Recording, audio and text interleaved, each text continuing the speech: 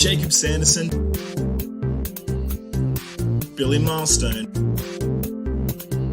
and your host, Thomas Tipple. Dynasty Podcast. This is the Full Tilt. Full Tilt. Full Tilt. Full Tilt. Full Tilt.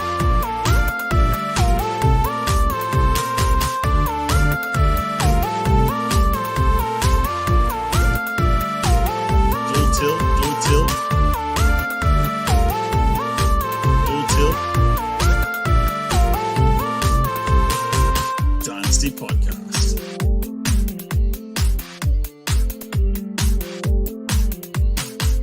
Jacob Sanderson, Billy Milestone, and your host, Thomas Tipple. This is the Full Tilt Dynasty Podcast.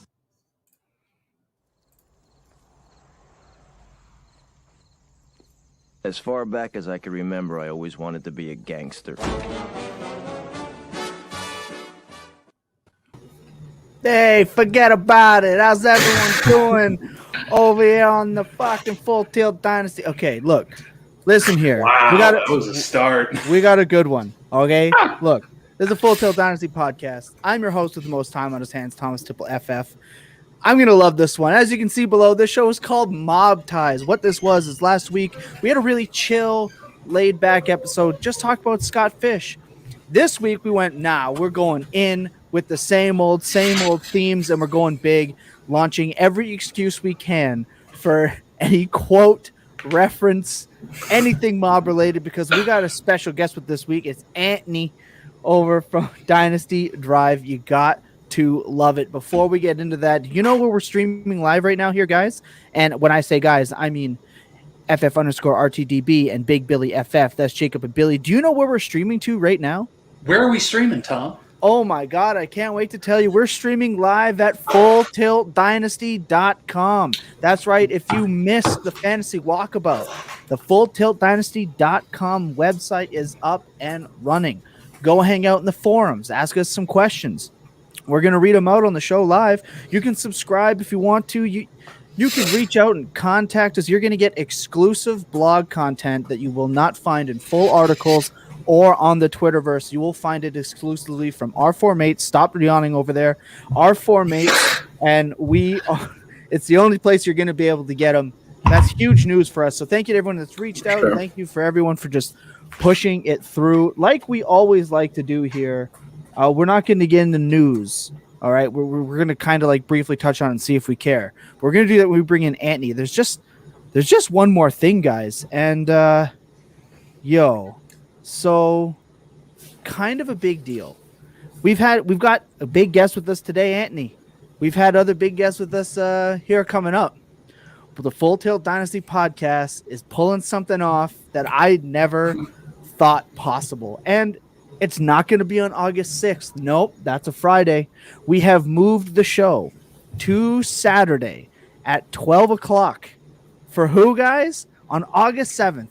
We're bringing in the man himself. And since it's a Mob Ties episode, oh my God, it just makes the most sense that the Podfather himself is going to be gracing the Full Tilt Dynasty podcast for our regularly scripted show that week. That is huge. And a shout out to Jacob, our now lead analyst for Roto Underworld over there, getting us secure in the bag, if you would. The Podfather joining the Full Tilt Dynasty podcast. That's August 7th at noon. Guys, I'm hyped for it. I know, Jacob, you were pretty fired up. Billy, we're probably pretty fired up. Oh, absolutely. We're going to have some fun stuff with that one. We're doing some we're going to be doing some real we got some sketches cut. Like we're doing them big on that show for sure. Discord, we are working on that winking weeds. That is a thing.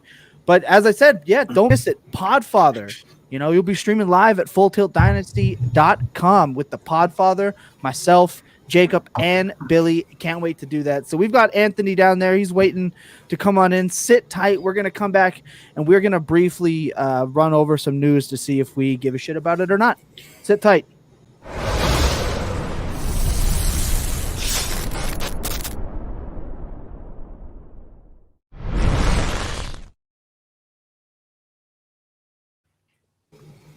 Anthony. Hey, how you doing? How you doing? How's your mother, your father? You guys are too much. You guys are too much. Oh no. It's good, man. You got two paisans on here now. Man. So Forget You guys feel about it. so good about yourselves about after that Euro Cup. they're not. Hey. That's what's up. That's what it A good is. win. England never had a chance. So, Anthony, over there at Dynasty Drive, you were on with us for the draft show.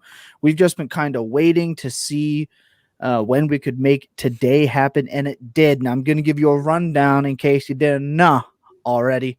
We're going to briefly touch on some news to see if we give a shit about it or not. Most people have already hammered it home. We ain't going to do that.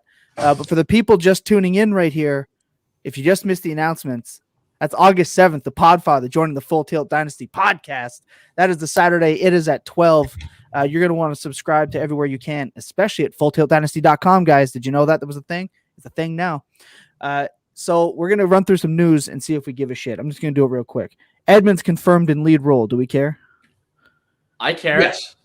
You care? I care a lot. You Oh, believe I it? don't care. I don't care. I mean, like first of all, I want to make sure I put a question mark after confirmed because we don't trust coaches. But when they confirm my priors, which is that Connor sucks, then I care.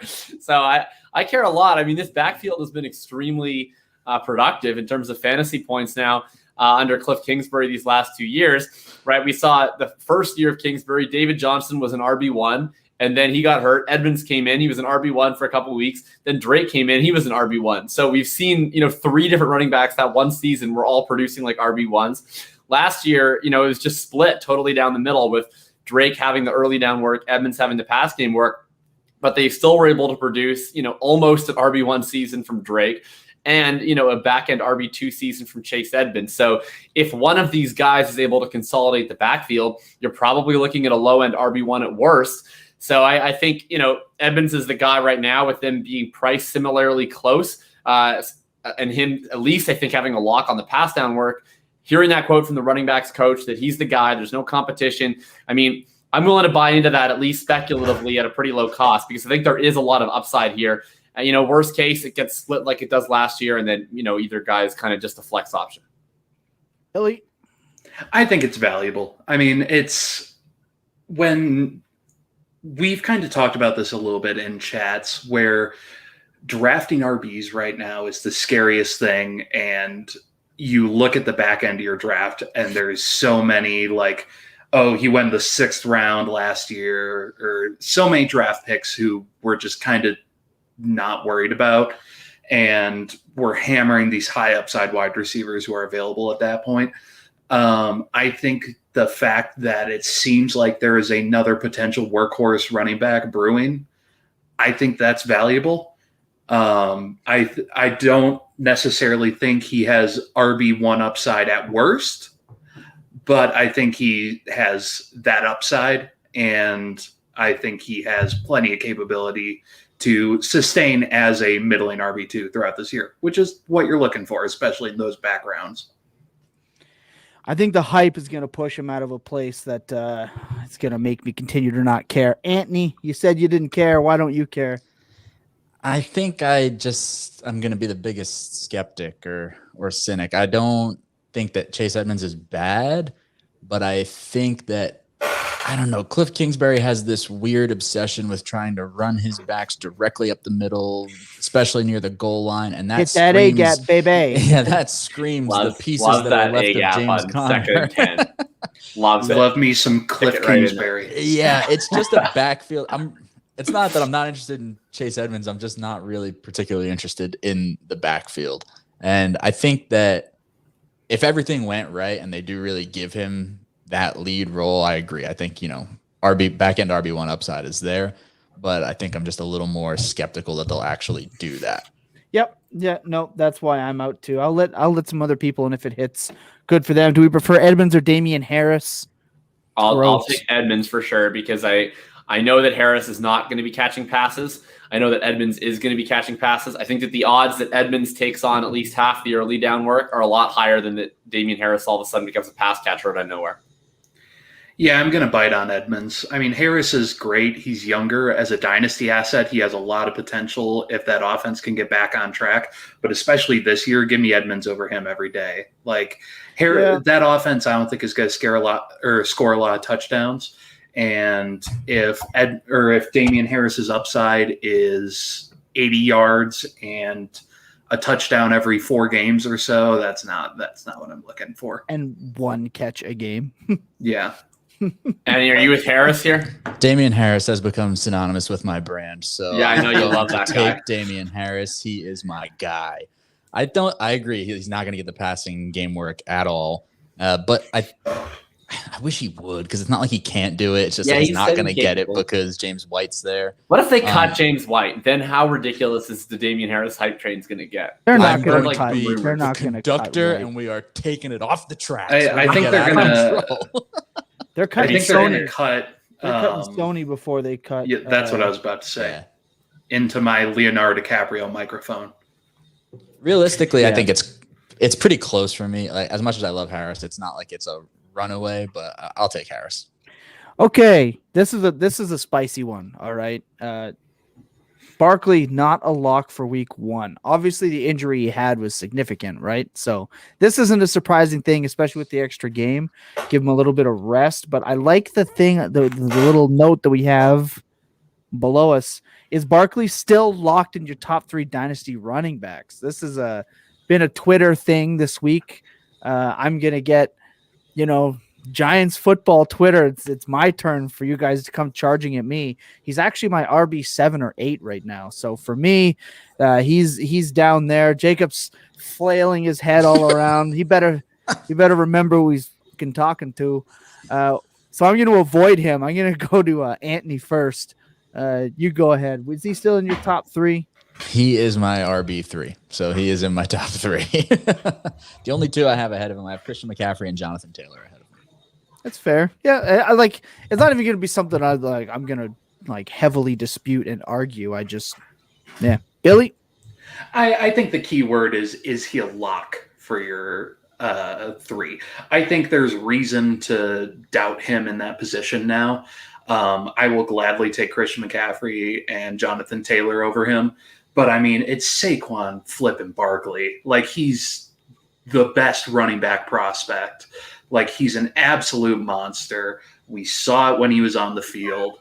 Like, I can't discount the man. And if anyone is going to come back from that injury, it's going to be him and absolutely destroy it. So the only thing that would make me question that stance is the statement of, is he a lock for that position? And if I see people who have him as their RB4 or RB5, I personally don't agree with it, but I think that's reasonable given the situation. That's fair. I don't think that's reasonable. That's not reasonable. Yeah, Saquon Barkley is by far. I mean, Billy just said it.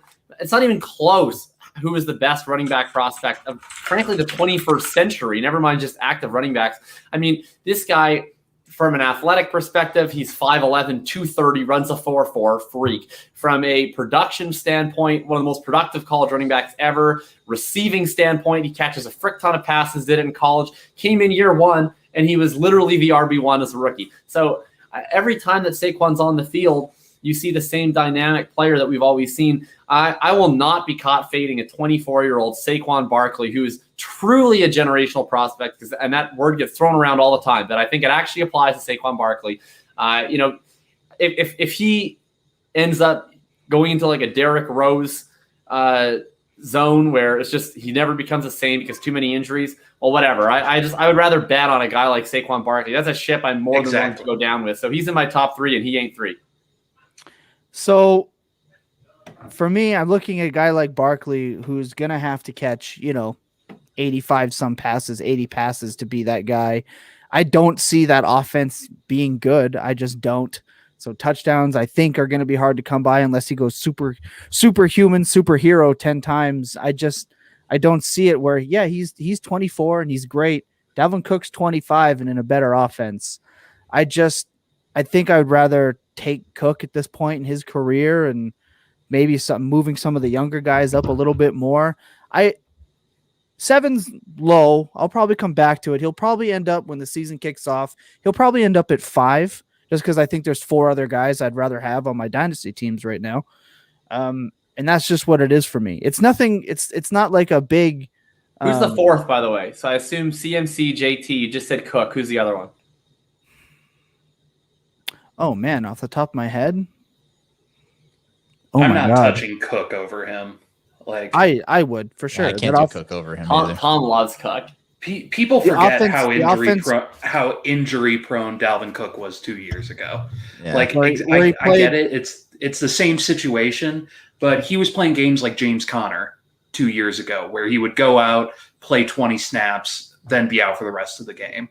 2000. I mean, I like Cook better than Barkley. 2019, he played 14 games. Like I Yes, like I Barkley. agree. That's played why 13 this year. That's why I air quoted injury right, prone. but Barkley 'Cause I played don't- I don't 13 think that injury year. prone is a It thing.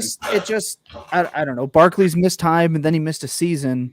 Like the injury argument's not a thing for me. I'm just taking better offense, and opportunity, better quarterback.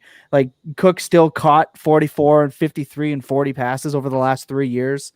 There's no for me that's what it is. I'll have to get back to you on my 4. I'll try to look it up while we're working on the show. I can't remember off the top of my head. I didn't have it pulled up. So that's going to do it. That's our news. I mean, like I said, most of this stuff got hit pretty hard over the week, and we are running currently. We're going to come back, and when we come back, we're going to enlist Anthony over here and his brain and his intelligence as a superior Paisan in beating down this Billy stat One time, corner. baby. We still haven't gotten a win. And if you haven't seen or heard Billy's stat corner yet for any reason, some weird reason, you're a weirdo. I'm going to come back and I'm going to explain to you how the rules work. So sit tight. We're going to come back. We're going to get into it. Hang in there.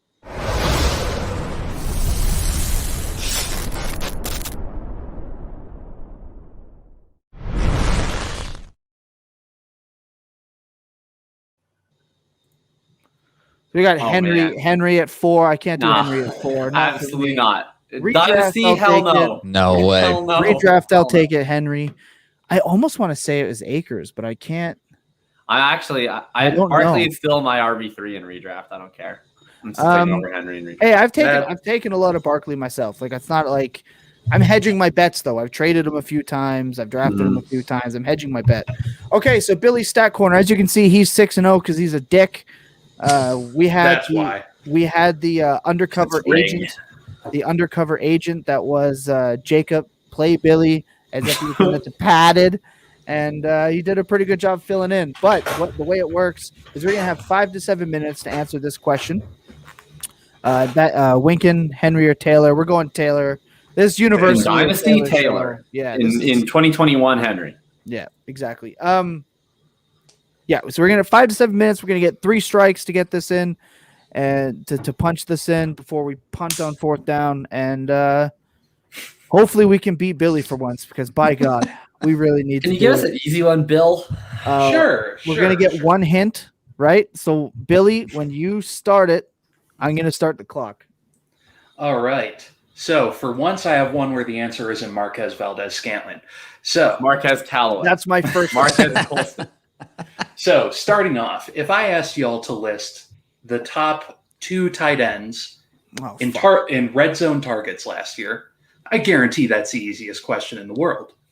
So, I'm going to ask y'all to round out the back half of the top 5. So, tight ends 3, 4, and 5 in red zone targets. They're not Darren Waller. They're not Travis Kelce. They're not George Kittle. Well, he didn't play, so. Would it have surprised you if George Kittle had like 20 red zone targets in those games? So I want to say one of them's Logan Thomas. I was also feeling like one of them is Logan Thomas. Anthony? red zone targets doesn't mean he converted on all of them, but just That red is true. zone targets. How about this? Before we make official guesses, let's just have a discussion of some ballpark. So Logan Thomas is definitely in the mix here. I think Big Bob Tonyan has got to be in the mix here. He caught 10 touchdowns. Right. He caught a lot of bombs though. But he was used. He was used down there for sure. Like, you got 10 touchdowns. Some of them he's at least in the mix. But I think what's going to Hawk. trick us is he said targets not converted. So I think there's going to be some weird, stupid bullshit because he never gives us a straight through answer. Look, Hawk for sure. Well, he had 100 targets. He for sure had red zone targets. The first person that came to my brain was Mark Andrews, but it feels too easy. Oh, that actually could definitely be one of them. One of them is going to be a wacko answer. So all these guys we're talking about, like Thomas, Tonyan, Andrews, Hawk, like I guarantee it's probably like two of those There's guys. Gonna and be then it's like some total random. Like Gronk actually might be in the mix. That might be a good one. There's going to be like a Jared Cook like type player. I would find a way to sneak Jared Cook into a segment. I swear to God, if it's Eric Ebron, I'm gonna fly to. No, Texas. it's not Eric Ebron. He was not used in the red zone very much last year. I think that Gronk might be a sneaky one. I'm trying to think of other guys. It's definitely not like Hayden Hurst. It's not of the Rams okay, guys. so can we let's knock out Tonyan, but he was efficient. Let's knock out one right away. Okay. I feel the best about Hawk and Andrews. I don't know which one of those two you feel better about. Well, hey, who you talking to here? You forget about it. It's Baltimore. We're gonna go. Mark Andrews is one of our answers. Billy, top 5 red zone targets. Mark Andrews. Ding, ding, ding. Mark Andrews was number 5. Okay. All right. Just on the board. All right. Holy shit, we're ahead. Yes. We're ahead. Right. Oh my God. Okay, can we guess? Can we guess Hawkinson? I feel like that's a decent guess. Hawkinson is not in the top 5. No. 100 targets, but they weren't at the He scored like so many dinky ass little 1-yard touchdowns. TJ Hawkinson. All right. They just to give you like a ballpark. Middle. TJ Hawkinson had 16 red zone targets. Mark Andrews had 20. Okay. So that's the threshold to get into the top 5. So I'm taking Logan Thomas out then because I don't think he had more than 20. I'm taking Tonyan way out because he had 59 targets total. Yeah. Okay. 20, that's a lot. Yeah. Could Gronk have gotten 20? No, I don't think so. Now I feel like I'm thinking about it in a totally different way because 20 is a lot. Yeah, right? Yeah, but Logan Thomas is like maybe though. He had 109 targets. Like he had the third most targets of any tight end. How many I feel touchdowns better did he about score? it from 7? an odds perspective than Tonyan. Sorry, I just don't think the football team threw it in the end zone 20 times, like in the red zone. Hey, but it's just the red zone, right? Oh, Like, it's red zone. End zone Whoa. Then Logan Thomas for sure. I want to punch Logan Thomas in for sure. Are we all shaking our head? The former Virginia Tech quarterback. Yeah. Logan Thomas had 1 less red zone target than Mark Andrews. He'd be number 6. How? Where he's tied with 2 other players. Tied with 2 other players. For number 6, yes. Okay, this isn't great for us here. All right, who else got a lot of targets at tight end? On Billy's stat corner, this just flips on you so fast. So we're already down to our last strike. So who's Marquez, Valdez, Scantling. Who's in contention here on this last strike? So we've guessed Andrews, Hawk, and Thomas are out. I don't think Tonyan could get to 20 on 59 total targets. That seems I don't think so either. I still think that Gronk is like kicking around in there. I don't think Gesicki got targets. They always threw to Durham Smythe in the red zone, and it was pretty tilting. In the 20, inside the 20, who got used? Who else was like a guy you played at tight end? Who else is a guy? That's what it Such comes a gross position. Okay. I do want to hammer home a point Jacob made earlier. That yes is something I do on this segment a lot. It's usually 2 normal ones and 1 weird one. Y'all nailed one of the normal ones. Yeah, I don't know how weird is. Gee, thanks, Billy. Like I don't know how weird is. Like is Gronk weird or is it like fucking crazy or weird? I'm trying to think of like real deep tight ends. What about No, we guessed. We guessed Hawkinson. Lincoln. We guessed Hawkinson, bro. What about what the hell is the guy's name? It's like what about Dalton Schultz? inside the That's- 20. I That's don't think so. actually conceivable. Yeah. You got a lot of targets. He did.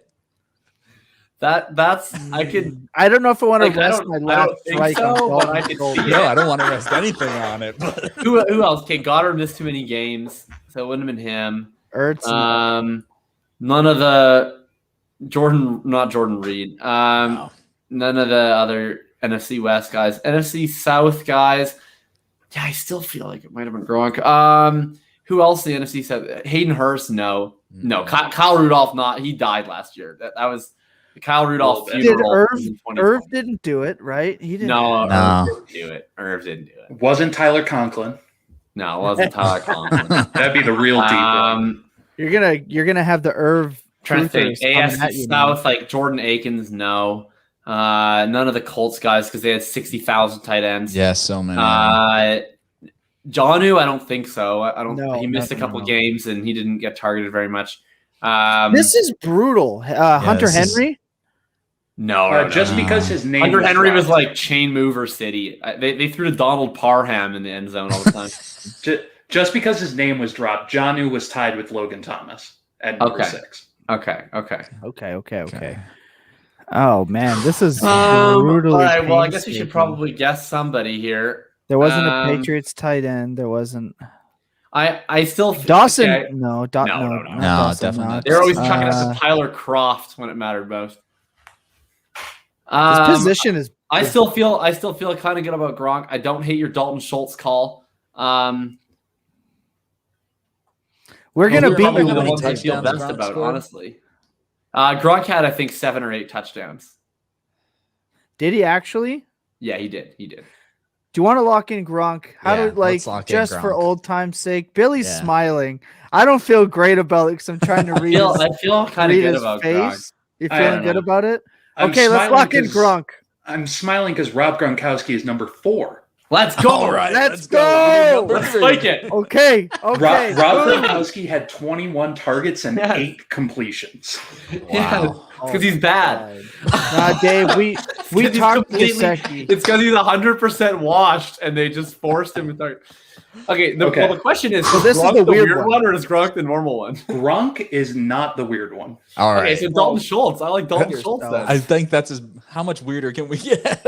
I ought to go weirder than Schultz. You don't Yeah, think Gesicki at all? Gesicki's not weird. He's like less weird than Gronk. I think. I don't think Gesicki did. I also don't think he did. You But guys really want to Gesicki go can't be Dalton the weird Schultz, one. huh? Well, if he said it's a weird one, like I can't think of any like other weird one. that Gerald makes more Everett. sense than no. That's the tight end 1 this year. You leave it. You keep his name out of your mouth. Look, this year Gerald Tyler- Everett will be number 1 in red zone targets, but last year I don't think that was the case. Tyler, terrible human Higbee. No, not I him. don't think so. I don't Trying think, to think if there's anybody else. I don't think Is Tyler it- Hate are we Crime really got it gonna done. go? We're really gonna go. What could Hayden I Hurst feel have good gotten the about target? Schultz, dude. I feel good about Schultz. I'm kind of feeling. So good for the about it, record, we too. got 2 wrong. We got 2 right. This I is feel better big about time Schultz on the than line. Hurst. I think Schultz had like 96 targets last year, and early in the year the Cowboys scored at will. And I remember them hitting Schultz on some checkdowns. Okay. I kind of feel like Schultz Let's do might it. be right. Oh, this is I'm riding with disgusting. Anthony. I'm riding with Anthony here. Are we All right, guessing lock Dalton in- Schultz? Let's lock Lock in in Dalton Schultz. Schultz. Dalton Schultz had 14 red zone. No. Who was it? No. Anthony, you're a Bears fan, right? No, I'm a Jets. Not fan. Jimmy Graham. Jimmy Graham. Jimmy Graham had 22 targets. Oh my Wow. god. Oh, I'm What? pissed we didn't think of Jimmy Graham. I never would have allowed it. I forgot he was never in would the have allowed it. If league. you guys had said Jimmy Graham, I would have vetoed it immediately. Oh and left wait, the show. he had Oh, 10 man. touchdowns or something stupid last year, didn't He he? had How- 8 touchdowns. He had 8 touches. Why is Jimmy Graham still in our lives? Like, can Oh we move my on from Jimmy Graham? Gosh. Oh man. Oh man, got I really thought we killed. had it. Oh my Jimmy god. We got Graham. killed about as hard as Three- Komet Truth is Okay, going to wait. get killed by I Jimmy just like Graham Dave this down year. there. 3-2 count. Will you guess the one other person who is tied with Logan Thomas and Jonnu Smith? At 19? At 19? I think Gesicki or Tunyon would be my 2 top of my Yeah. list. Just for full count since baseball. Okay. Oh man, he is a Packers fan. Let's go Tunyon. I'd say Tunyon. Yeah. Dunyan, it is Eric Ebron, baby. Get the fuck out of here. You know what? He did have 91 targets, actually. There's some. We got to How many find a of way those were to. drops? How many of them did he drop? Damn. have Probably, no idea. He probably had a 10%. Eric E drop. We got to find a way to turn the ship around. As you can see, we notched caught Billy. We 10 and gave him 19. the 7. He started at 6. We gave him the 7. Undefeated again goes Billy, the stat master, So reign shocked supreme. that- I know, Tycoon. I know, I'm dude. so shocked that, He that an finds a NFL way- team actually gave Jimmy frickin' Graham I know. 22 red zone targets. I can't Well, I get mean- over that. That I mean- disgusts me. It's gross. Like You that's just find makes me a wanna way. puke. You just find a way to ease Eric Ebron into our lives. Constantly. Just sneak him in. Like it's absolutely brutal. Billy the Goat. Get it? Yeah, that's funny. I Hell yeah. like that. Okay, it's Billy Stat Corner. The Dick reigns supreme. What an asshole. You're lucky you're beautiful. When we come back, we're gonna get into our very punny and the real meat of the whole gimmick here. So sit tight before we come back and serve you up a nice nice show here. Sit tight.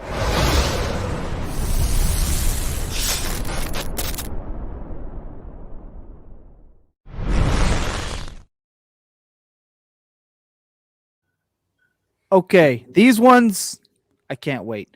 Man, when we were coming up with this one, I know Jacob just kind of went, "What are you doing back there, Billy?" I'm just chilling with my boys. Oh my god. That was perfect.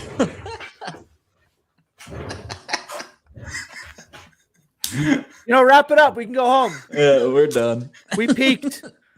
We've peaked here at the Full Tilt Dynasty. There's always doing- Spatial humor. We get it. Yeah, It doesn't get better. we hit every dimension, right?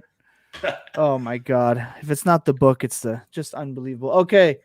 So Mob Ties is inspired by Italy's Euro Cup win. Obviously Goodfellas and The Departed. And Tom's fellow Paisan joining the podcast here. So we're going to give one player for each of these categories. I'm not just for time. I mean, I enlist smart people for a reason, right? Smarter than me. I just Yeah, we're so feed off smart of- that we can just shoehorn movie references into our football podcast. Hey, nothing wrong with it. We put our own spin on it. Can't get sued. And if they try, I know a guy. Look, I have these smart people here, so I can just steal all of their shit and post it as my own. So I'm going to do the same thing. I'm going to pick their brains. I'm going to take their info, and I'm going to make it my own.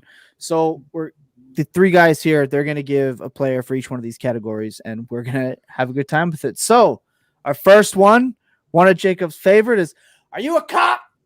I'm not a cop. A player you love but feel will screw you over. Jacob, who is it that you're asking if they're a cop?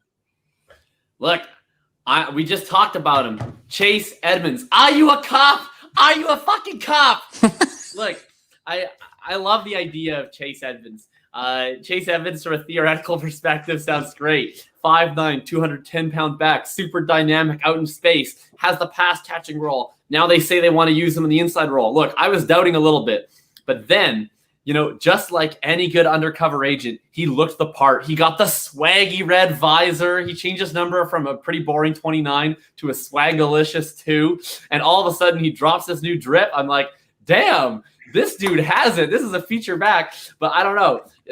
My problem with Chase Edmonds is when you look at the yards creation numbers, it makes him look a lot less efficient than when you look at the raw numbers, because pretty much anytime he got the ball last year, they had no one in the box. They couldn't care less about Chase Edmonds beating him through the run game. So he was getting pretty solid yards per carry. He was getting solid yards per touch.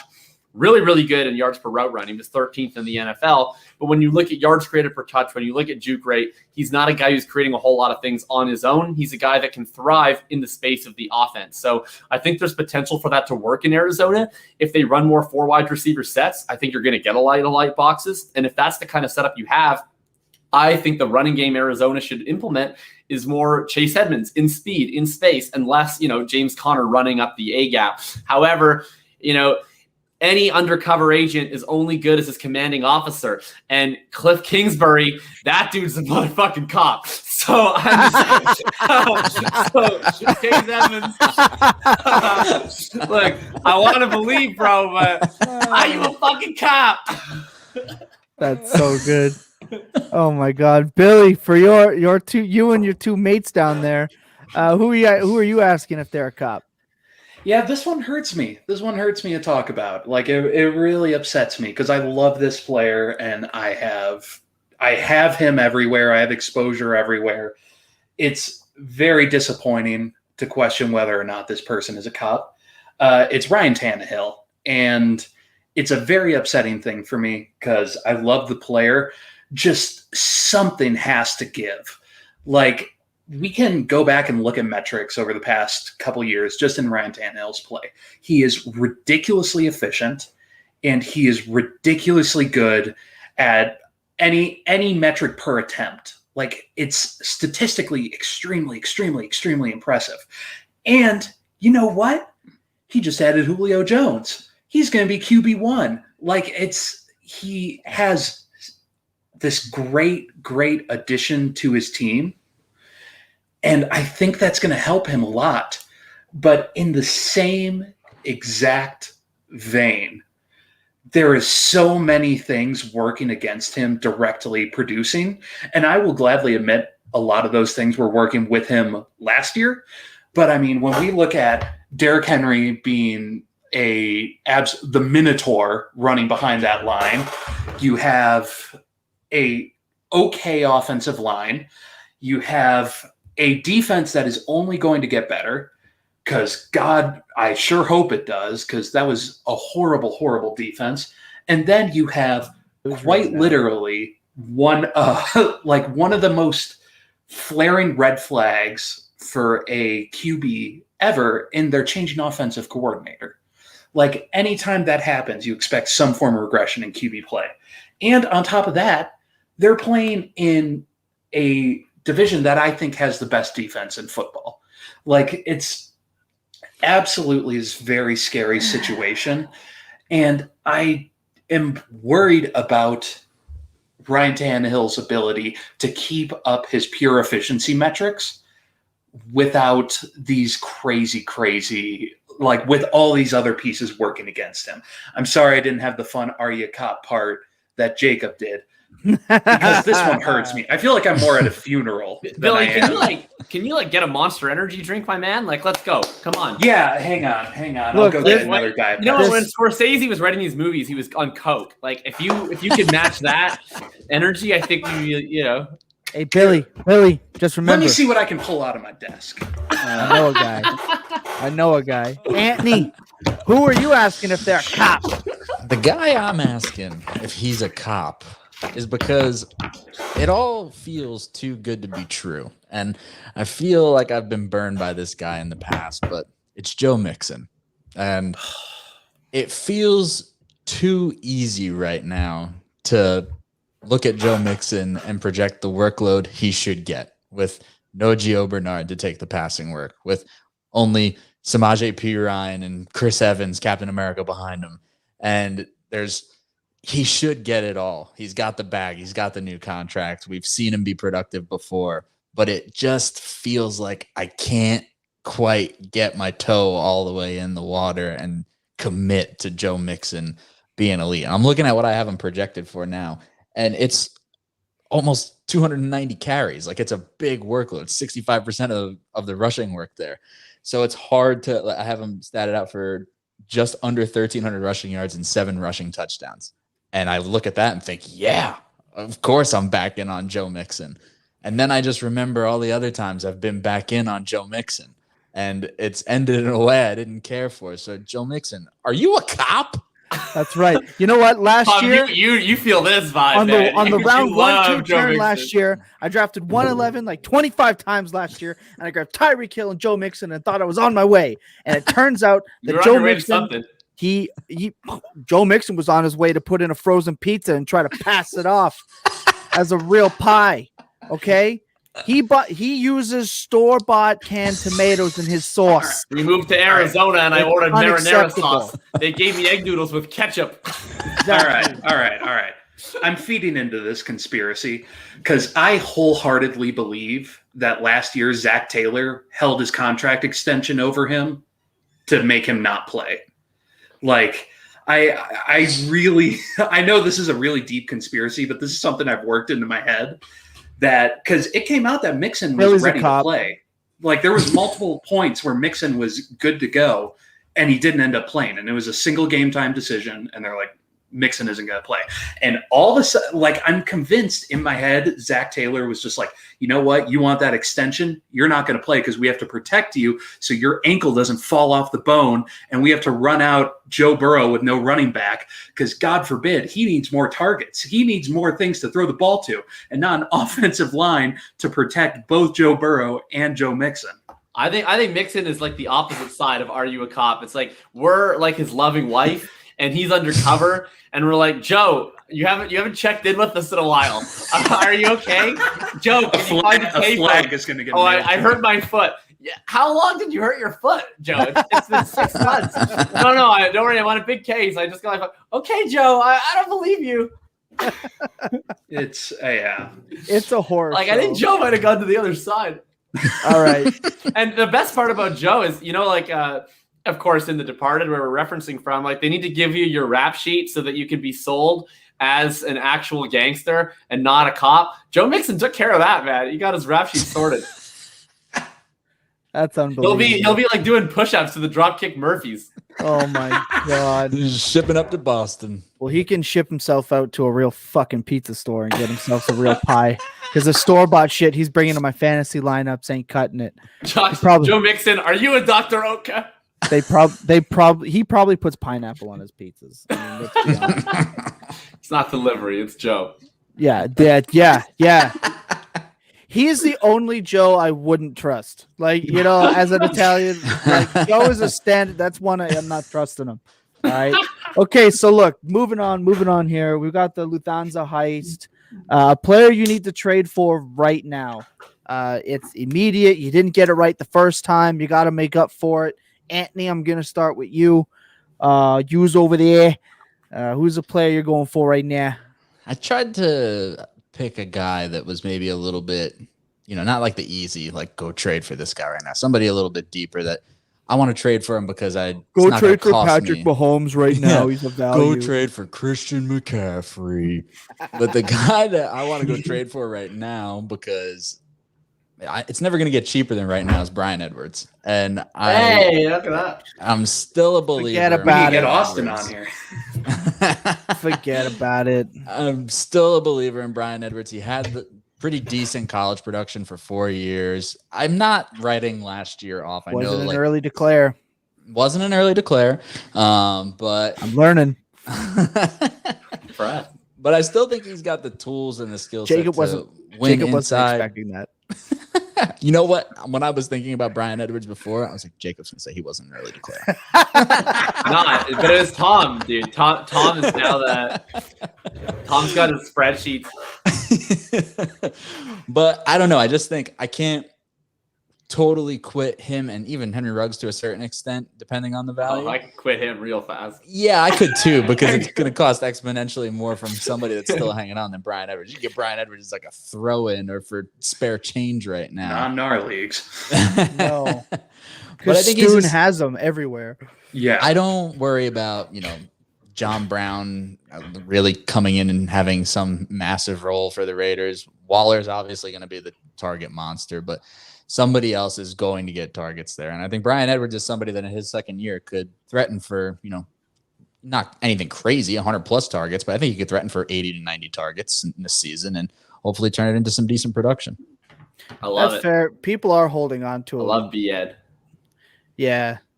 Me too. I just don't think this is also a case of I refuse to be wrong on how much I loved him last year. Yeah. Right. I think that's product that you go and you get the heist and you think you did a great job and you can't move the weight after.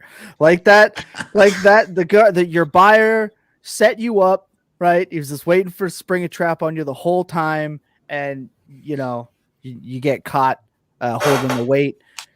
I can't get there with Edwards. Billy, who's your guy? All right. Took some pre-workout in between that last one. We're good to go now. I think what has happened in the last 3 months about Green Bay running back, God tier, the quad father, he fits onto this show. A.J. Dillon deserves some flippin' love. Quad father, I love that. Oh my god. Quadzilla out there is an absolute monster. He needs some love, and I swear on my life he is going to be so involved in this offense next year. And the Packers are going like the okay, all right. I know I have fought tooth and nail on this pick because I think it's dumb. The Packers did spend a second-round pick on A.J. Dillon.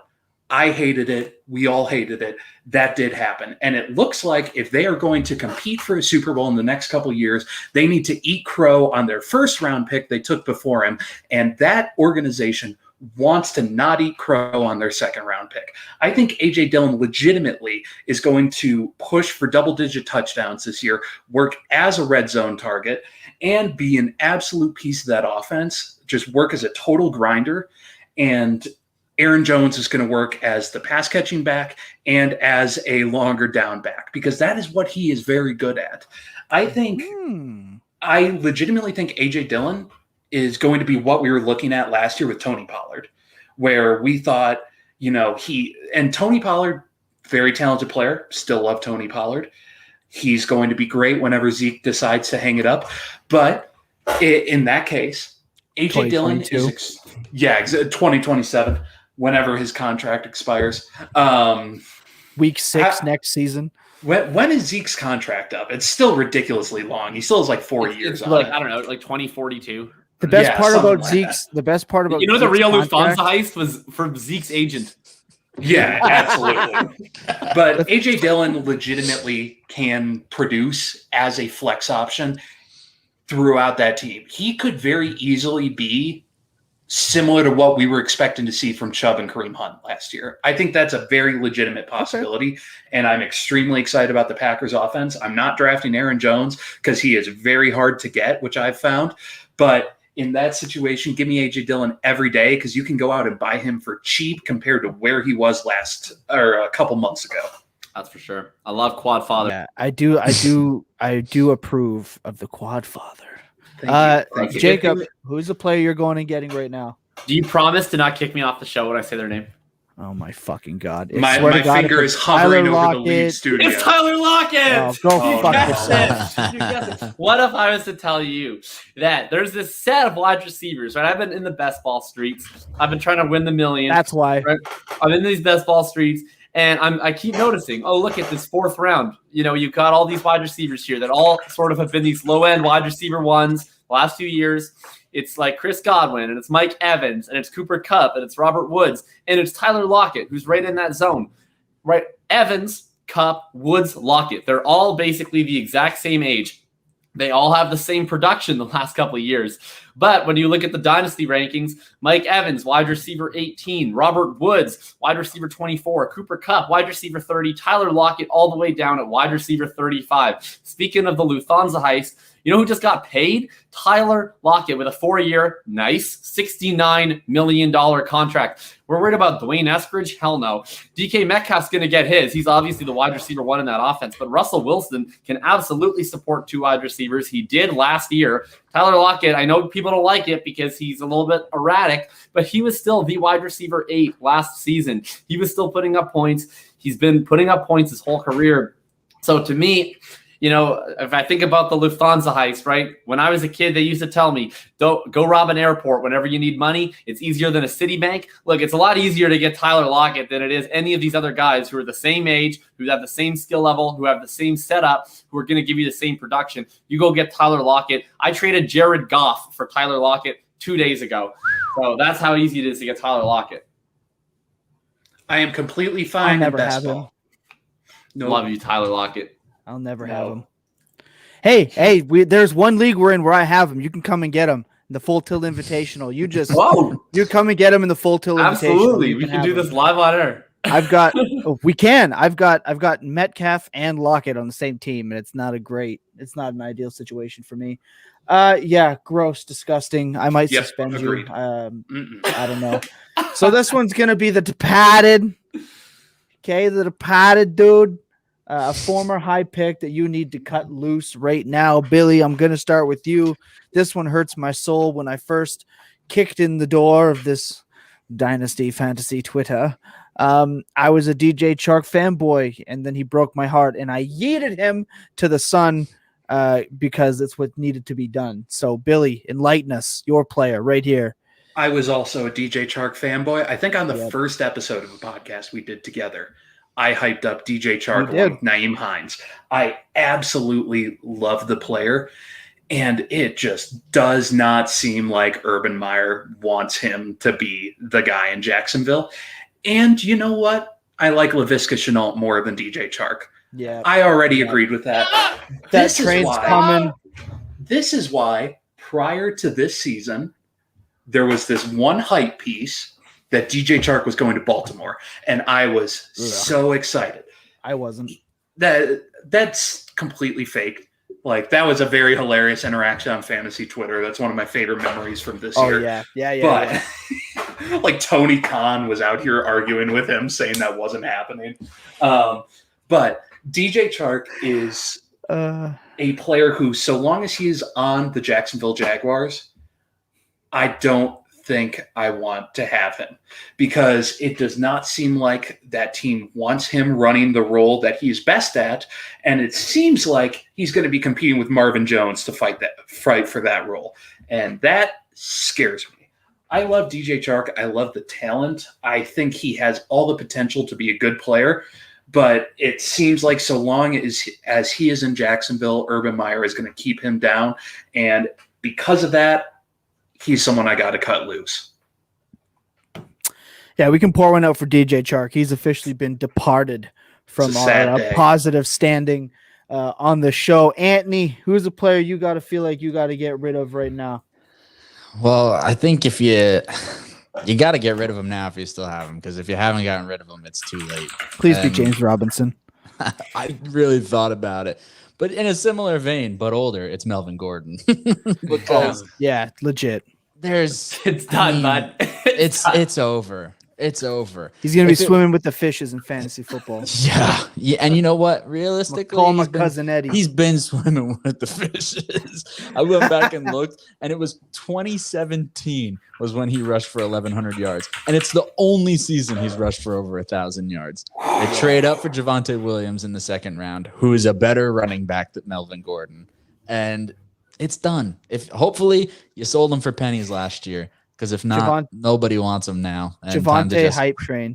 Let's go. It's barreling on the hype train. But yeah, the Melvin Gordon has joined the club of extremely old, either 28-year-old or soon to be 28-year-old running backs, and it's over for him. Unfortunately, he'll be there. I think. I don't think he'll get cut or anything like that from the team, but I think he's gone. It kind of feels like he's moving like just 1 year delayed from Todd Gurley, just minus the arthritis. Yeah, like it's just exactly perfectly 1 year later. It just feels like, like some people are going to draft him in there. It's looking, it just doesn't feel right down in Someone's going to draft him for the first 4 weeks. He's going to have 5 touchdowns. They're going to victory lap their league.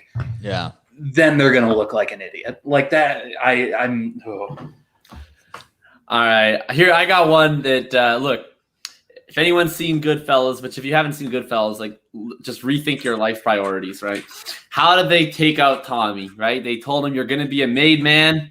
Tommy goes into the house. He's got his tux on. He's feeling good. It was the happiest day of his life. What up, and they made sure that the happiest day of his life was the last day of his life, because when he walked in the house, they shot him, right? You know who else had the happiest day of his life last year? Lombardi, Leonard Fournette.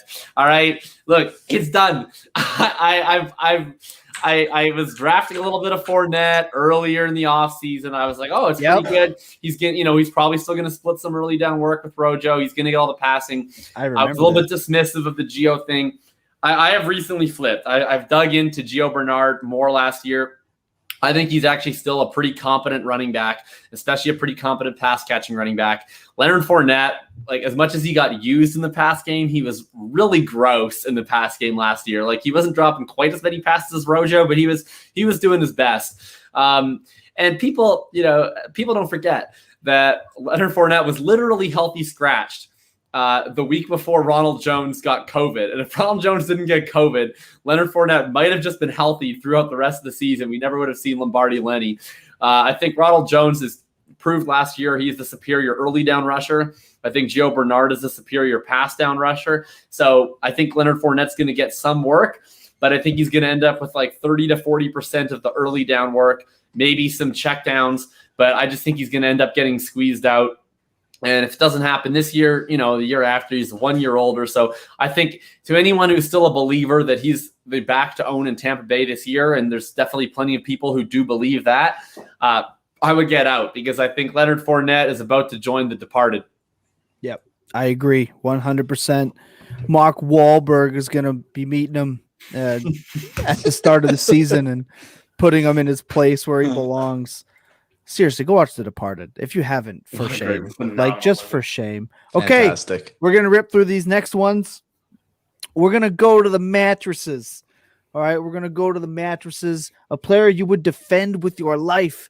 I'm gonna start with Billy because this one's just so weird. We can't talk about this player without reminding everyone that Billy sold him for pennies on the dollar. But Billy, who's a player that you would defend with your life?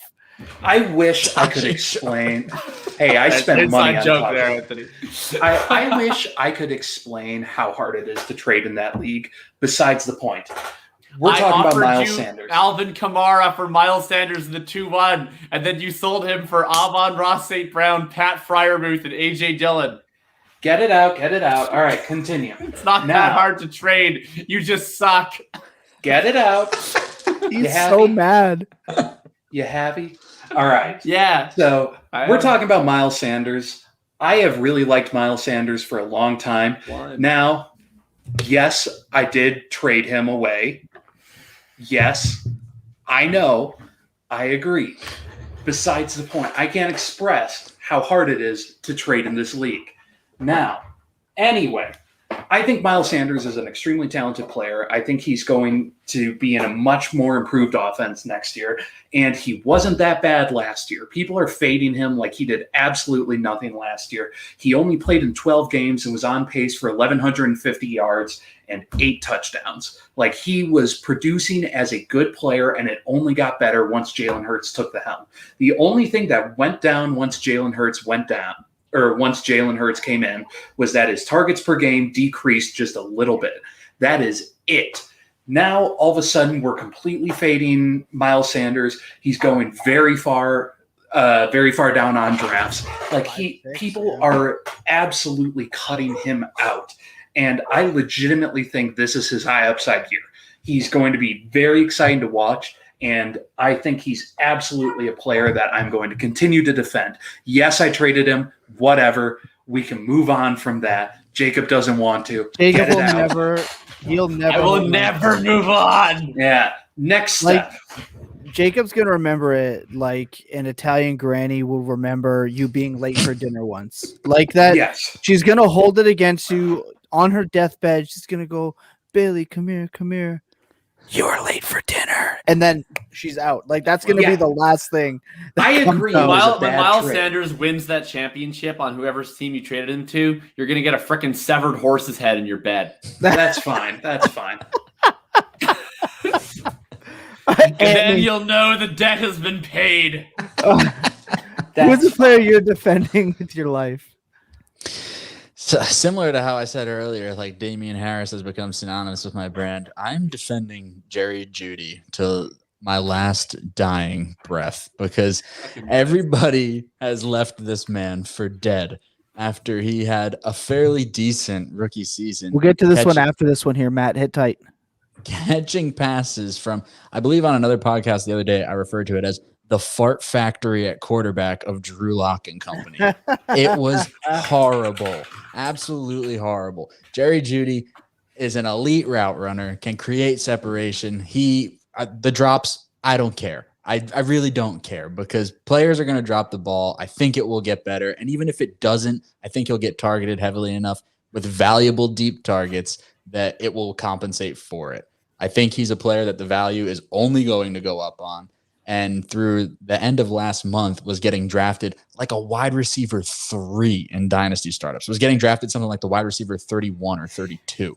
That's insane to me. I think like the range of outcomes is he has a full-blown breakout this year, and that a year from now is getting drafted like a top 12 to 15 option because the pedigree's there. We know he was great in college. Again, I don't care that he had drops in college. I don't really care that he had drops last year because I think there's plenty of great players who have had drops. It'll be fine. It's not ideal, but I think it'll be fine. But I think right now it's like he's gotten totally buried and left for dead. And him and CeeDee Lamb get viewed in like really, really totally different lights right now. And I don't think the seasons were all that different. I really don't. And I think that the range of outcomes, I don't know. I think we're leaving Jerry Jeudy for dead too soon. I think we're getting spoiled by Justin Jefferson going off for 1,400 yards. Do you think that Dak Prescott or Teddy Bridgewater is a better quarterback? That's fair. I think that Dak Prescott's a better quarterback, but I also think that's the gap. Like I don't think that the gap is entirely. I mean, more talent, than right. I think that a lot of it is like. I should clarify that I think CeeDee Lamb last year catching passes from garbage quarterbacks gets viewed, I think, in a lot more positive light than Jerry Jeudy does catching passes from garbage quarterbacks. So yes, like I want targets from Dak. Obviously, that's more beneficial. And of course, I have CeeDee Lamb and Amari Cooper and everybody of value higher than Jerry Jeudy right now. But I also don't think Jerry Jeudy is catching passes from Drew Lock and Teddy Bridgewater for longer than this year. Right? That's a good point. Like they're drafting somebody. And Sutton's next a free year. agent, so maybe. Yeah, like I think the dream of like Aaron Rodgers ends up in Denver. That's dead. But maybe it's not Billy's dream. Not my dream. Maybe it's pick your flavor from next year, whether it's Spencer Rattler, Sam Howell, whoever you like. Maybe it's one of them that ends up. Tyler Show. It should have been the Denver Broncos should have drafted Justin Fields. Yeah, I know. And we talked about it on the draft show. I like Jeudy and Sutton and Fant so much more if they just weren't dumb. They just took Fields. But I mean, the other argument for Jeudy, at least in the short term for this year, is I don't think Drew Lock makes it to the field. Like I think Teddy's the guy this year. And while Teddy also departed, Drew Lock. What up, Bryce? What up, man? Well, they should lock the stadium on Drew Lock. Like Teddy's also not good, but he at least supported 2,000-yard receivers, and Curtis Samuel wasn't far behind last year. And almost killed DJ Moore against the Vikings. You know how bad like Drew Lock has to be for us to all just agree that like Teddy Bridgewater would be a significant improvement. Yeah, exactly. Like like Teddy Bridgewater sucks. Matt. But he's like a massive improvement on Drew Lock. So perfectly true. Matt Glore, if you're still in the chat, you can put your trade there. Jacob's going to give us his player he's going to defend really quick, and we're going to have a look at your trade here, mate. Jacob, who's the player you're defending for the rest of your life? Yeah, I mean, look, I got to defend my brand ambassador, my number one, my boy Billy Needles. Look, Christian Kirk. Think about it. No. I'm drafting more Christian Kirk in best ball than I wish that I was, but that's a whole different story. That's just me having a problem that I need to work out with myself. Anyway, look, in Donnie Brasco, what happens? They're up here in New York. They're like, man, things aren't going all that well. What if we get some new business opportunities down in South Beach? They head down to Miami. That's where Will Fuller's going. Look, he's leaving the steroids, the Deshaun Watson drama, all that stuff behind. He's got a new start down with Tua Tagovailoa. Look, he was the wide receiver 8 last year in points per game. And people think that this was some crazy breakout season, and it was. But really, the biggest difference between Will Fuller last season and Will Fuller in previous seasons was that he wasn't hurt. Like, if you look at Will Fuller, pretty much every year since his second year, whenever he plays, he's good. Like, we've never seen a prolonged sample of Will Fuller being on the field and being bad. That hasn't happened. Like, he has bad games because he's pretty boom bust. But if you look at any meaningful sample of him where he's just playing, he's always quite good. His yard targets per route run drawn in 2020 and 2019 was the exact same. It didn't change. When DeAndre Hopkins left, when he came back, people thought it was this crazy role change. It actually wasn't. He's always scored touchdowns at a really high rate. He's always been elite in yards per target. He's always drawn targets over 20%. He's a really good freaking wide receiver.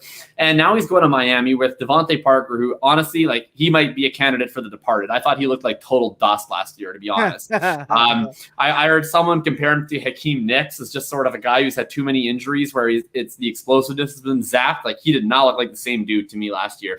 And then Jalen Waddle, who, wide range of outcomes. We're not the biggest Jalen Waddle podcast, but obviously he's a very exciting prospect. But, is he going to be a dominant wide receiver year one? Probably not. So for Will Fuller to go down here, I think he's still the clear wide receiver 1, and he's dropping to like the 7-8 turn in best ball drafts. You can get him right now in Dynasty so freaking cheap. He's going as the wide receiver 46 in Dynasty formats. I think that is absolutely bananas for a guy who was literally just a wide receiver 1 last year. I think he can at least be a wide receiver 2 this year. So I will defend Will Fuller and his steroid use with my life. That's right. The Full Tilt Dynasty podcast. I'm pro cheating. We all know that. Pro cheating. It's good for the game. Alex Cora, Will Fuller, my 2 favorites. If something keeps Will Fuller healthy, it should be allow it. It should be allowed. It's like all those years Andy Pettit, when he pitched for the Astros, was taking steroids just to be able to throw the ball, and they just kind of tugged that under the rug. I think we should be doing that for Billy. It's fine, man. Well. Just do what you need to do, guys. Look, we're gonna skip the made man, and we're going to deal with Matt Glore's trade here. I'm just going to run it down quick. It is a lot. It isn't a comments. I'm not going to pop it up on the screen. I'm just going to run it off because it is a lot. 12-team through wide receiver dynasty league. He traded Zeke, Tony Pollard. Always a good idea to trade Zeke for Myles Gaskin, Robert Yeah, but Woods. You can't trade Pollard too. You can't let go of Pollard. That guy's that defeats the purpose. It's a brand gimmick. So we traded Zeke and Tony Pollard for Myles Gaskin, Robert Woods, a 22 first, and a 311 this year. All right. He then traded his 22 and 24 first for Allen Robinson. All right, so Jacob. If you break down the trade, I mean, he's so it's Zeke, Pollard.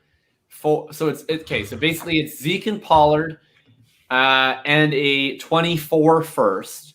Yeah. For the Gas King, Bobby Trees, and A-Rob. Is that where we're at? Basically, yeah. And the 311. Right. Oh, I misread this. Okay, I don't care about the 311 even a little bit. Yeah. Okay, so let's basically A-Rob. I'm okay with first and Gaskin, and then like Zeke for Miles Sanders and Woods. Yeah, Miles Gaskin. Thumbs up for me. Miles Sanders. No, I'm yeah, he is. No, Miles. Miles Gaskin. Wait. So his team is CMC. So it's Zeke and Pollard for Gaskin, Trees, and Robinson, but he gave up a 24 first. It's going to be a no for me. It's going to be a no for me. Yeah. I'm looking at. I don't like Zeke. I love A-Rob. I love the Gas King, but I think Robinson is worth the first and Gaskin, but that still leaves me at like Zeke and Pollard for Woods in a third, and I would much rather have Zeke and Pollard for Woods in a third. I'm okay with it given the stack of his team. Like the way his team looks with CMC, Monty, Gaskin. I mean, I would want another running back instead of Mike Davis, like for sure. Kind of an old team. Then Robinson, Cooper, Thielen, Woods, Lockett, and AB with Waller there. It's giving you a chance to run the gamut. I mean, you could have maybe. The only thing I'll say is this: I'm never opposed to a trade that you feel is giving you the chance to go for it. Right? I'm never opposed to that. If that's what it is, every dynamic of every league is different. People view things differently in every league. This is why on the Fantasy Walkabout with me and Tom Lee and on this show here every Friday, we avoid the, well, in my league, this is how I handle things, because nobody gives a shit. But what I will say is, in your own league, in the own confines, if this was the best deal, just like Billy always talks about with the Miles Sanders trade, if you felt this was the best deal to get what you wanted done, and you got a running back that was, capable, 2 wide receivers you think have that 15 to top 12 upside, I'm never going to shit on you for it, man, because that's what it's about. You got a top tier tight end. You've got CMC coming back. If you win it this year or next year, totally worth it. If you don't, hey, we're not all batting 1,000. Our ROI is not 100. right? So I don't hate it. It's not how I would have done it. I don't think it's how the other boys would have done it, but it's fine, right? You did what you had to do. Is totally dope. Hey, I think I think I like the first trade. I just wouldn't trade. Yeah, that was my thinking. I think you lost us at the 24 first with. I like the first trade. When I first read this, I thought it was the 22 first for a 2024 first and Allen Robinson. That'd be I was like, oh hell yeah. No, kind of lost me. Yeah, 100%. No, I think the first trade was good, right? Because you get Zeke, and you hope if Gaskin can replicate 80% of Zeke's production, plus you get Woods, plus you get a first. Like I think that's awesome. Yeah. I think A-Rob is worth 1 first. I don't think he's worth 2 firsts at 28 years old. But I mean, everybody values picks differently. Every league values picks differently, right? So like you're saying I figured if I don't win it all, I can trade my team for picks. If like 2 firsts for A-Rob is sort of an accurate valuation of how picks are worth in your league's market, then that could be right. Then if you could ride A-Rob for a season and then trade him for maybe a first and a second or something, and all you have to do is move back from that 1 to a 2 essentially and get the year of production, then that's awesome.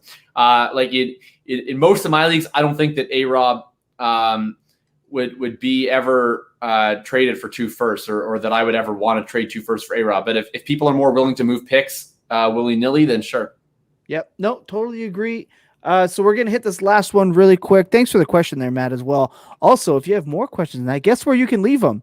Well, you can leave them in the forum, or you can contact us on FullTiltDynasty.com, and we're going to read that question live on the show. You go to FullTiltDynasty.com. You can subscribe if you want to. Don't have to. You can still contact us. You can reach out. You can leave it in the forum, and we will get to that question. So he says, thanks, guys. Thank you, Anytime, Matt. On to the next one. The last one before we get on out of here is the Donnie Brasco, a player who isn't who people think they are and is prepared to betray you. The stab in the back, the ultimate ice pick right to the back of the neck, send you out to lunch. Jacob, who's this player for you? Man, for me, the Donnie Brasco, who I think is prepared to betray people this year. I actually mentioned him a little bit earlier, and it's Mike Evans. He's still being drafted as a mid wide receiver 2. He's still being drafted as a 3rd-round pick right now in best ball and redraft leagues, and people are drafting him as the Bucs wide receiver 1. But actually, he was drawing less targets than Antonio Brown and then Chris Godwin last year. Now, he has a very end zone friendly role. However, people that drew more targets than Mike Evans last year included J.D. McKissick, Logan Thomas, Evan Ingram. Like, he was not drawing a whole lot of targets last year. He had about a 17% target share when everybody was healthy. And he really got bailed out in the end zone. He had a career high touchdown rate.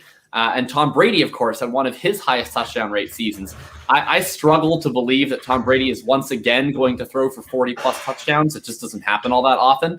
I still think they'll be a very efficient offense. But for Mike Evans to have the lowest target share of his career coincide with his highest touchdown season, I see big red flags on that one.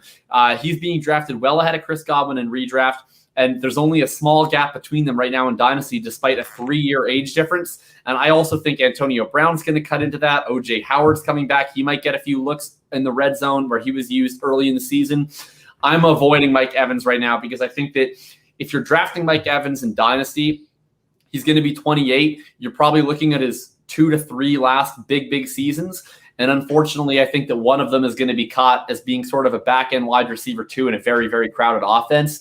And it's tough for me to justify a buy low on that situation when he'll then be 29 the following season. So I think people are drafting him as the Bucs wide receiver 1. And to me, the numbers say he is not. Yep. No, I can get on board with that. He's definitely somebody who's going to betray a lot of people. Billy, who do you got? All right, this one's funny. I got Tyler Lockett because he is a person. If you're bad at fantasy? No. Okay, Mr. Best Ball, seeing as how this is a Dynasty show, good luck picking which week you're going to play Tyler Lockett. Every fucking week, every week, because you know who's going to be next to Tyler Lockett? Will Fuller and Michael Gallup and Odell Beckham and all the rest of my boom bust all-star team, and they're just going to alternate weeks. They're going to alternate weeks. One's going to get 40, the rest will get 5. You know what it comes out to? It comes out to a big fucking W. That's what it comes out to. He's going to have one big game, and you're going to be begging. This is what he's going to do. This is what he's doing right now if you're in leagues with Jacob. He's going to hype him up now. He's going to have one big game, and he's going to immediately try to sell him as fast as possible. You know why that won't happen? Because I had shares of Tyler Lockett, and I sold all of them after he put up 50 on Arizona. So I don't have any all left. right, there we go. All right, Billy, let us know. So just to go with this player, Tyler Lockett had less than 70 yards in 12 games last year, which is a good metric. But he is not a player who I ever want to touch, because his continuous week-to-week production is not something I want to keep in my lineup, because exactly what's going to happen is every single week I'm going to reach a point where I'm like, am I going to play Tyler Lockett? No. And then he's going to put up 200 yards. Then I'm like, all right, I'll play him. Then the next 3 weeks, he's going to have 33, 40, 66, 67, 23, 63, 52, 34, 44, 90. That was just me going down the rest of the weeks after his game with Arizona last year. When I'm looking in a redraft league, which you reference best ball, or even in a dynasty league, this is just straight off of Fantasy Pros ECR, just players within 10 or wide receivers within 10 ranks of Tyler Lockett. I would rather take Julio Jones, Chris Godwin, DJ Moore, Robert Woods, Kenny Golladay, Adam Thielen, Cooper Kupp, Brandon Ayuk, OBJ, T. Higgins, Deontay Johnson, Cortland Sutton, Jamar Chase, Chase Claypool. In redraft? You'd rather have Chase Claypool than Tyler Lockett? Yes. Brandon Ayuk? Because I understand that drafting Tyler Lockett and having him in your lineup every single week means that week 4 next year, you got to put a W in there, because that's what Tyler Lockett does. But that also means that you are losing a position for probably 10 weeks out of the year just from having that one position. And I don't want him at his draft position. Me and Jacob had this conversation when I posted my rankings. I don't like Tyler Lockett. I don't like the way that he plays the game. And I want nothing to do with him. Personal attack. You don't like the way that he plays the game. Yeah. Do you hate him because he's a virgin? I don't like the way that he wins in fantasy. Like, it's just a situation that I don't want to touch him. So continuously, I'm going to continue to say, touch you either. Let him touch him. I'm going. All right, Jacob, get it out. We're going off the rails here. Anthony, hit us with your guy before we get on out of here.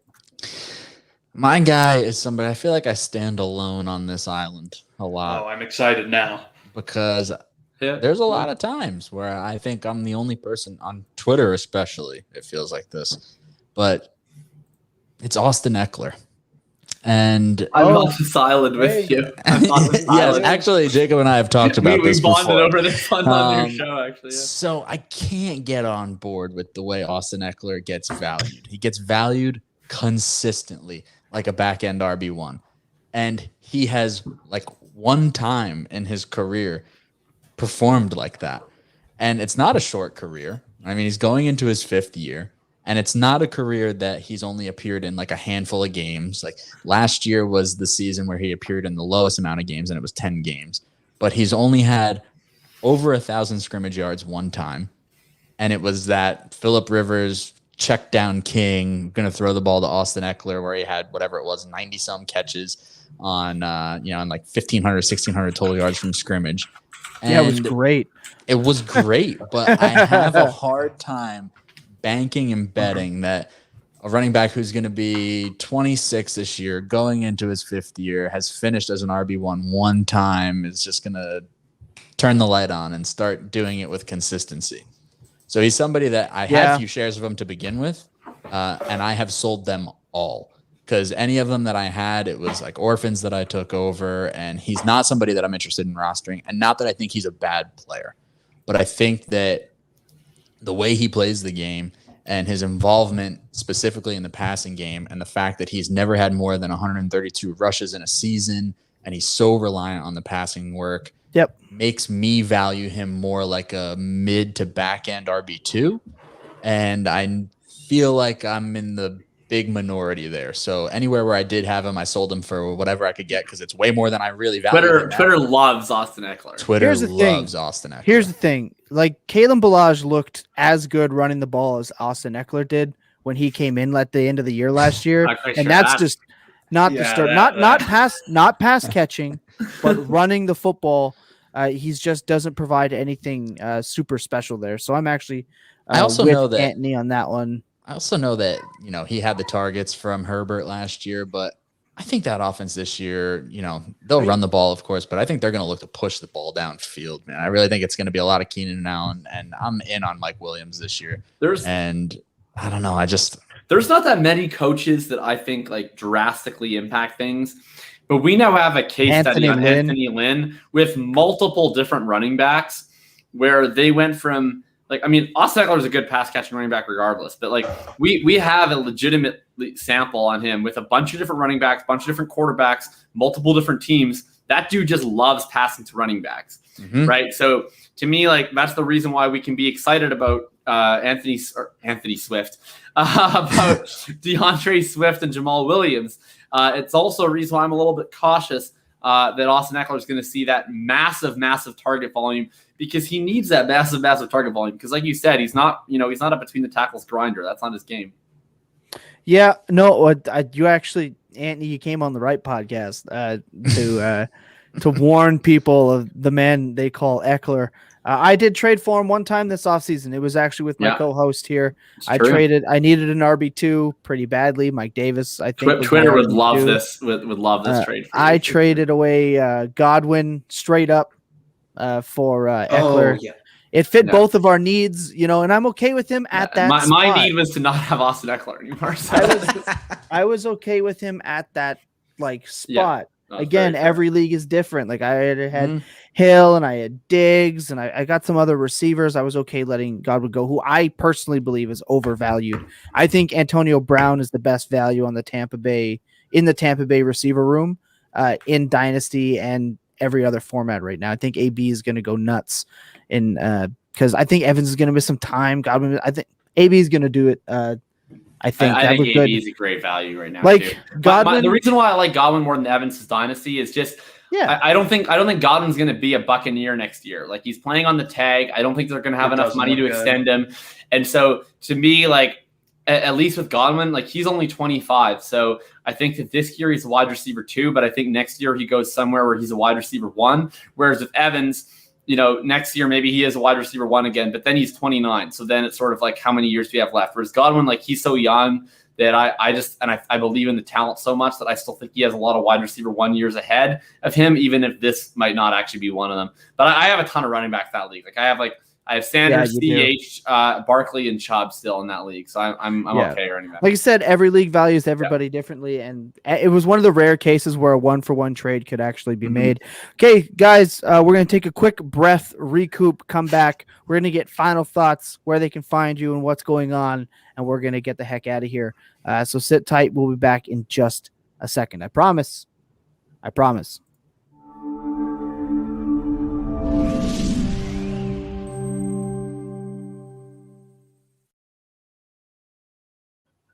Okay, that was a good time.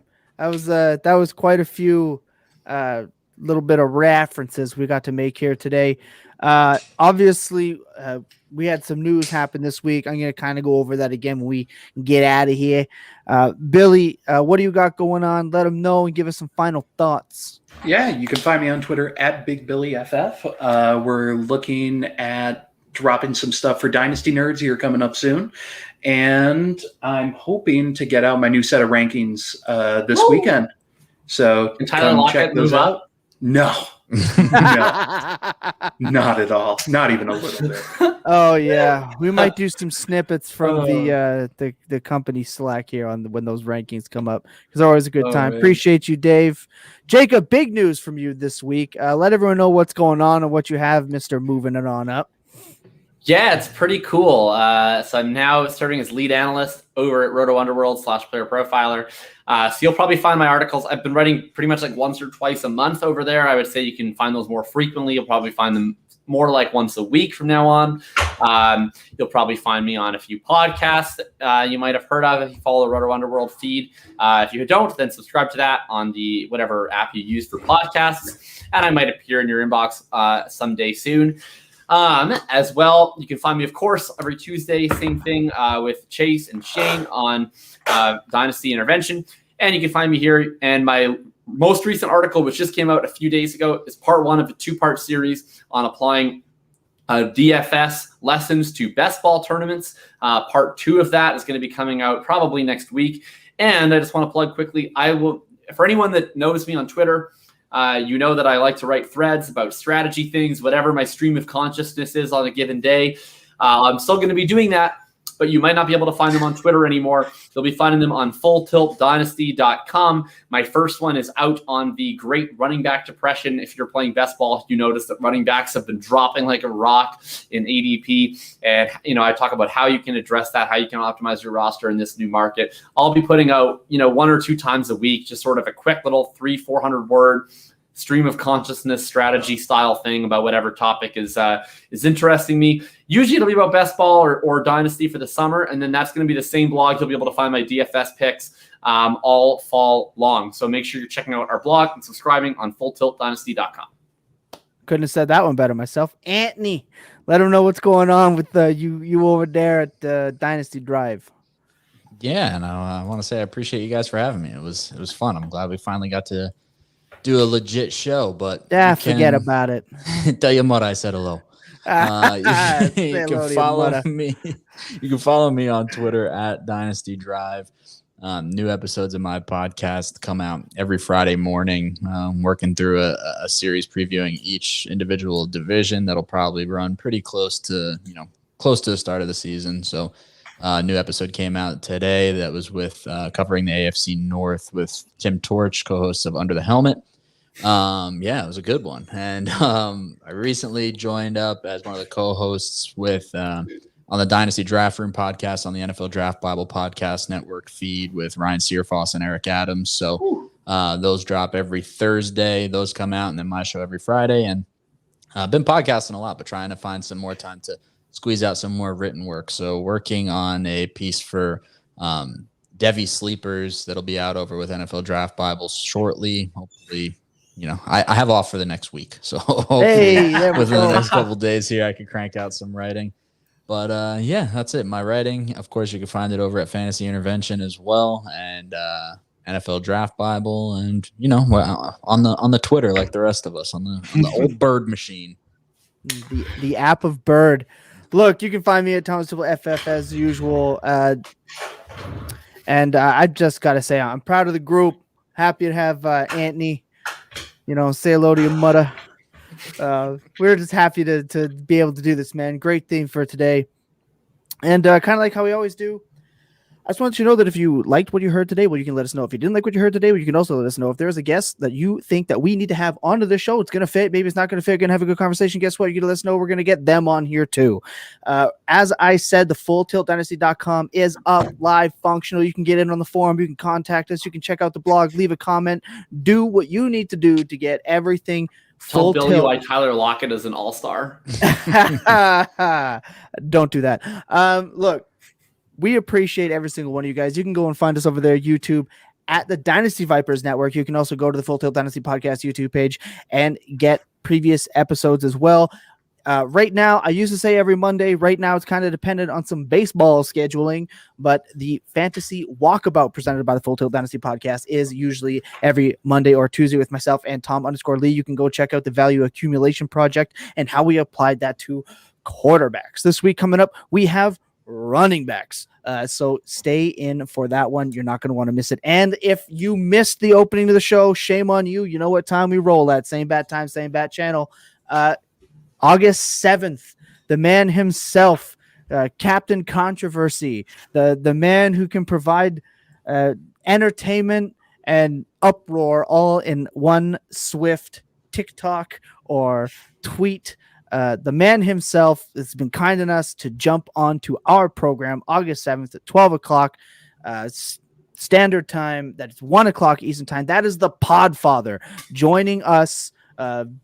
Hopefully sunglasses and whiteboard and all. I'll tell him wigs joining mandatory. the Full Tilt Dynasty podcast with myself, Billy, and Jacob, all right here, everywhere where you can find and subscribe for the boys here. And look, my final thoughts are going to be the same thing that they always are. Be kind to everyone. Be right with everyone. Let's stop attacking people online for things that are, trivial and Really unimportant. stupid. And Yeah. let's stay focused on the season at hand, because the fantasy football community is better when we're united against the common enemy. Like, I don't know, Josh Jacobs being a top 12 running back. Like, these are the things the fantasy community is better Cliff off. Kingsbury. Exactly. Yeah. Look, United be dead. staying safe, Screw staying you, positive, Cliff, you fake sharp. staying Go model at Hollister. Get off the Cardinals, you. piece of staying crap. Go as take off your positive. dumb Ray-Bans. God, I hate that guy. I love it. I love it. I Hey, absolutely love it. I love this group. I love the support. I love the fans. Anthony, thank you again. Be sure to go and check everything out there. And as I always say, the most important thing to remember every day is that clear eyes, full hearts, can't lose. Good night, everybody. Have a safe weekend. We out of here. Ciao.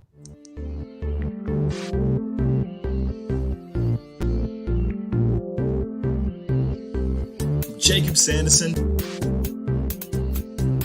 Billy Milestone, and your host Thomas Tipple. Dynasty Podcast. This is the Full Tilt.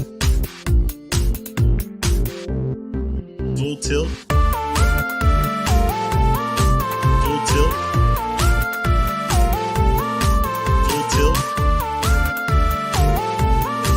Full Tilt.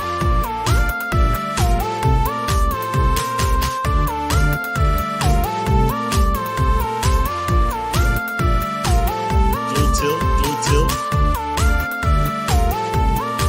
Full Tilt.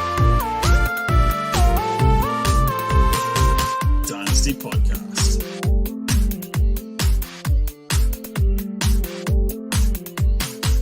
Jacob Sanderson, Billy Milestone, and your host Thomas Tipple. This is the Full Tilt Dynasty Podcast.